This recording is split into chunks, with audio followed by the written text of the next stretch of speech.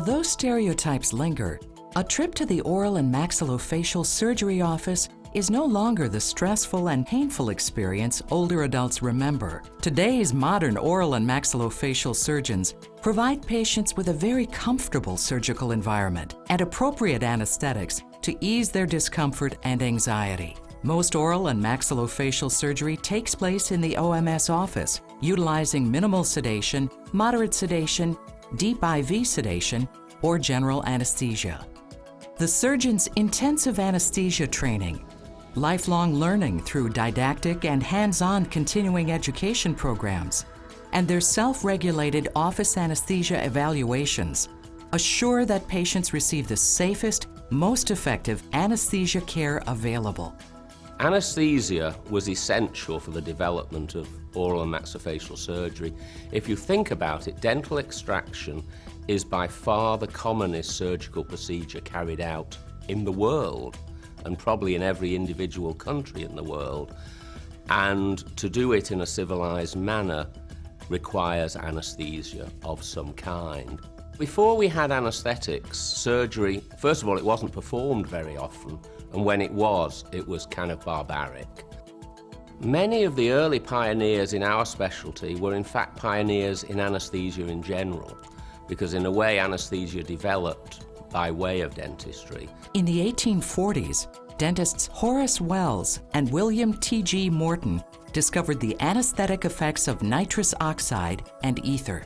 The early pioneers in the specialty of oral and maxillofacial surgery were essentially looking for techniques that could be office-based. So people like Adrian Hubble, Harold Crowe, were specifically looking for these outpatient techniques in the 1930s, 1940s, 1950s, and they were instrumental in developing those techniques and making them safe and reliable techniques, and they have certainly been adopted by some of the other medical and dental specialties. Today, the administration of anesthesia is an integral component of the training every oral and maxillofacial surgery resident receives. The oral and maxillofacial surgeon is unique among non-anesthesiology practitioners throughout the healthcare setting, in that the oral and maxillofacial surgeon trains side by side with anesthesiologists, physician anesthesiologists, and under their direction. Oral and maxillofacial surgeons are trained so they have the ability to maintain patient safety. The training of the oral and maxillofacial surgery resident in anesthesiology includes both clinical and didactic exposure. In the classroom setting, residents are taught the basic principles of anesthesiology, as well as the pre-anesthetic assessment of these patients and management of complications. Clinically, residents are exposed to a wide variety of outpatient clinical experiences, both in the adult and pediatric patient. We continue with didactic sessions that include classroom setting, ACLS recertification, SIM-MAN, emergency scenarios. So our training is not just on a clinical basis with a one-on-one patient interaction. It continues outside the clinic as well. The oral and maxillofacial surgery training program provides education and training in anesthesiology beyond what is typically required in the office setting. This allows the surgeon to be prepared for any situation which they may encounter. They then spend 2.5 years in training perfecting their outpatient ambulatory anesthesia techniques, until by the time they are fully trained, they have more training in outpatient ambulatory anesthesia than any other specialty.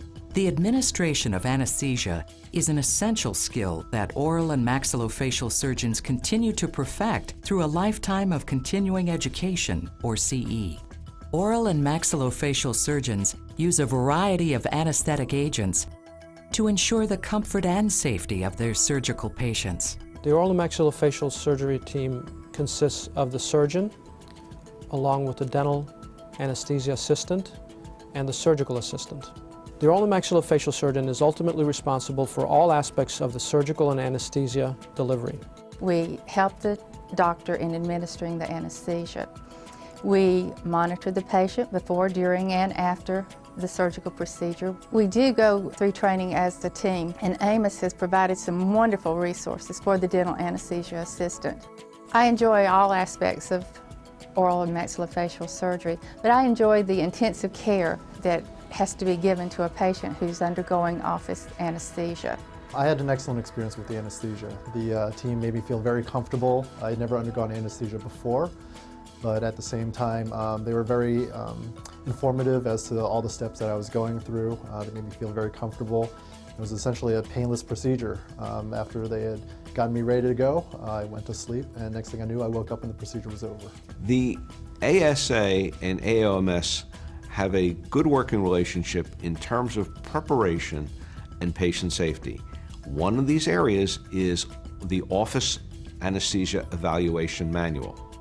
Those are parameters of care that the AOMS use for patient safety. ASA has reviewed all of these and have found these to be at the highest levels of patient safety. Many of these include ASA standards of care. I think the office anesthesia evaluation is very beneficial. I view the inspection as a blueprint. I use the office anesthesia manual as a guide. It helps me equip my office with proper equipment and monitors, all my emergency medications, and I use the simulated emergencies, those scenarios, to train my staff on a regular basis. The AAOMS Office Anesthesia Evaluation Program is a prime example of how professional organizations and government agencies can successfully work together to assure patient safety. The American Association of Oral and Maxillofacial Surgeons developed its Office Anesthesia Evaluation Program nearly 4 decades ago and made it a requirement for association membership. When state governments began establishing mandates for in-office anesthesia administration, they often based their guidelines and evaluation programs on the thorough process of the AAOMS model, or actually even adopted AAOMS's Office Anesthesia Evaluation Program.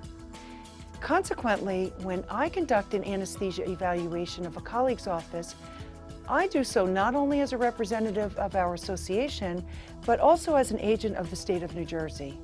As we have seen, office-based anesthesia provides many significant benefits, such as comfort and safety.